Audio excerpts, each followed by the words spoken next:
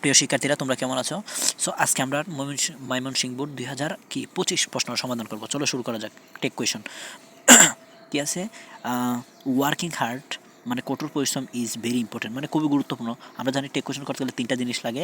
এক নম্বর হচ্ছে auxiliary verb, দুই নম্বর হচ্ছে কি, এক নম্বর হচ্ছে তোমার অক্সিলারি ভার্ব, দুই নম্বর হচ্ছে কি নট, তিন নম্বর হচ্ছে কি প্রনাউন। ওকে, নট দিতে হয় সংক্ষিপ্ত আকারে। এ দিয়া অক্সিলারি ভার্ব, নট দিয়া মানে নট তো নেগেটিভ শব্দ বোঝাচ্ছে, এবং পি দিয়া প্রনাউন। তাহলে এখানে কি আছে? অক্সিলারি ভার্ব ইজ, আমরা নিব এখানে ইজ, যেহেতু অক্সিলারি ভার্ব পাইলে অক্সিলারি ভার্ব নিব, আর না পাইলে do did does. Auxiliary is, তাহলে নট হবে কিনা? অবশ্যই নট হবে, কারণ বাক্যের মধ্যে কোনো নেগেটিভ কোনো ওয়ার্ড নাই। আচ্ছা, অক্সিলারি ভার্ব নট। এবং এই যে ওয়ার্কিং হার্ড, কোনো শব্দের সাথে আইএনজি যুক্ত হয়ে যখন সাবজেক্টের জায়গায় বসে তখন এটার প্রনাউন হয় ইট। তাইলে মানে আইএনজি যুক্ত কোনো ভার্ব যখন সাবজেক্টের জায়গায় বসে প্রনাউন হয় ইট। ওকে, তাহলে working hard and stay focus to achieve your goal.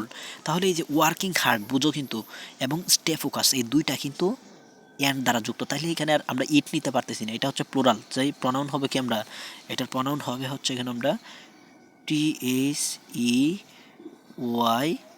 দে। এবং এই যে অ্যাচিভ কিন্তু ভার্ব, তাহলে অ্যাচিভ অর্থ অর্জন করা, এটা হচ্ছে ভার্ব ওয়ান, কারণ এখানে অক্সিলারি ভার্ব পাইছে, এখানে তার অক্সিলারি ভার্ব নয়। টেন্স অনুসারে তোমার কি নিতে হবে?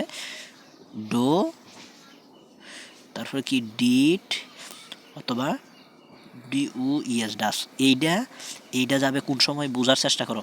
এই দুইটা যাবে হচ্ছে যখন প্রেজেন্ট টেন্স হয়, আর ফার্স্ট টেন্স হলে হচ্ছে এটা। যেহেতু বাক্যটা প্রেজেন্ট টেন্স মানে achieve verb one, present indefinite, subject plus verb present form, তাহলে অবশ্যই ডো অথবা ডাস যাবে। এখানে ডাস নিব না, কারণ হবে ডো, কারণ যেহেতু ভার্বের সাথে এস থাকলে আমরা ডাস নেই, কিন্তু এখন যাবে না কারণ এর সাথে এস নাই শেষে, এখানে হবে কি ডো। তাহলে অবশ্যই এখানে আমরা কী নিব? এখানে নিব হচ্ছে ডো। নট হবে কি না? হ্যাঁ, অবশ্যই নট দিতে হবে, কারণ এটা এখানে কোনো নেগেটিভ শব্দ বা নট নাই, অবশ্যই দিতে হবে। আচ্ছা, যাই হোক, work hard can lead a successful life if you stay determine. যদি তুমি ডিটারমাইন, দৃঢ় সংকল্প হও, তাহলে work hard can lead a success, মানে এই কঠোর পরিশ্রম তোমাকে সফল করবেই। আচ্ছা, সফল করতে পারে এই লিড, পরিচালনা। তাহলে এই যে ওয়ার্ক হার্ড, দেখো এখানে কিন্তু ইফ দেখার পরে দেখো এখানে ইফ স্টে ডিটারমাইন, এর আগে দেখো আর একটা সেন্টেন্স ওয়ার্ক হার্ড ক্যান। এখন তুমি বুঝতেছো না যে আসলে কোনটা টেক কোয়েশন করবো, এটার প্রনাউন ইট নিয়ে সেটা ক্যান নিয়ে টেক কোয়েশন করবো, নাকি ইউর পরে স্টে নিয়ে করবো। তুমি বোঝার চেষ্টা করো।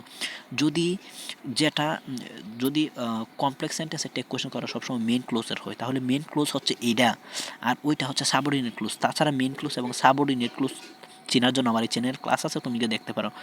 যদি কোনো শব্দের শেষে একটু সংক্ষেপে বোঝার, বেসিকটা বোঝার চেষ্টা করো। যদি কোনো শব্দের মানে সেন্টেন্সের প্রথমে ইফ, দো, ওল, দু, সিন, শেষ থাকে, তাহলে এটা হচ্ছে কি, এটা হচ্ছে তোমার মানে সাবঅর্ডিনেট ক্লোজ, এটা টেক কোয়েশন হবে না, মেন ক্লোজের হবে। তাহলে এর প্রনাউন হচ্ছে ক্যান, আমরা এখানে নিমু কি, আর সরি, অক্সিলারি ভার্ব হচ্ছে ক্যান, আমরা নিমু ক্যান। আর এই যে ওয়ার্ক হার্ড, প্রনাউন হবে ইট। আর যেহেতু নেগেটিভ কোনো শব্দ নয়, অবশ্যই নট দিতে হবে, নট। আর এই যে ওয়ার্ক হার্ডের প্রনাউন হবে কি, ইট। ওকে, আচ্ছা, তারপরটা দেখো, কইছে he does not always give quick result. তাহলে এখানে কি আছে? এই যে ডাস তো একটা অক্সিলারি ভার্ব আমরা পাইছি, DUES ডাস। নট হবে না, কারণ এই যে দেখো এখানে নট আছে, আর এই যে প্রনাউন তো ইট আছে, এখানে ইট নিয়ে নেব আমরা। ওকে, আচ্ছা, এরপরটা দেখো, actually it helps us to do things better. আচ্ছা, এই যে মানে ইট হেল্পস, এটা সাহায্য করে, যে হেল্প সাবজেক্ট প্লাস এডিং তো ভার্ব ওয়ান, তাহলে প্রেজেন্ট ইনডিফিনিট, তো প্রেজেন্ট ইনডিফিনিট আমরা জানি ডো অথবা ডো বা ডাস হয়। এখানে নিব আমরা ডাস, কারণ ভাইয়া কেন? কারণ এখানে ডাস নেওয়ার কারণ হচ্ছে এইটা তো এই যে এটার শেষে কি আছে? এস আছে, এখানে ডাস নিব, আর যদি এসটা না থাকতো তাহলে আমরা ডো নিতাম। আচ্ছা, যাই হোক, এখানে অবশ্যই আমরা এখানে নিব কি, DUES ডাস। এই যে ডাস নিলাম, তাহলে যেহেতু নেগেটিভ কোনো শব্দ নয় বা নট নাই, অবশ্যই নট তোমার দিতে হবে, ডাজ নট। তাহলে ইটের প্রনাউন তো এখানে ইটই হবে। আমি আশা করি বুঝতে পারো। তোমার যদি একটুখানি উপকারে আসে, অবশ্যই লাইক করবা, কমেন্ট করবা, শেয়ার করবা। সবাই ভালো থাকবা, সুস্থ থাকবা, এবং আল্লাহ হাফেজ।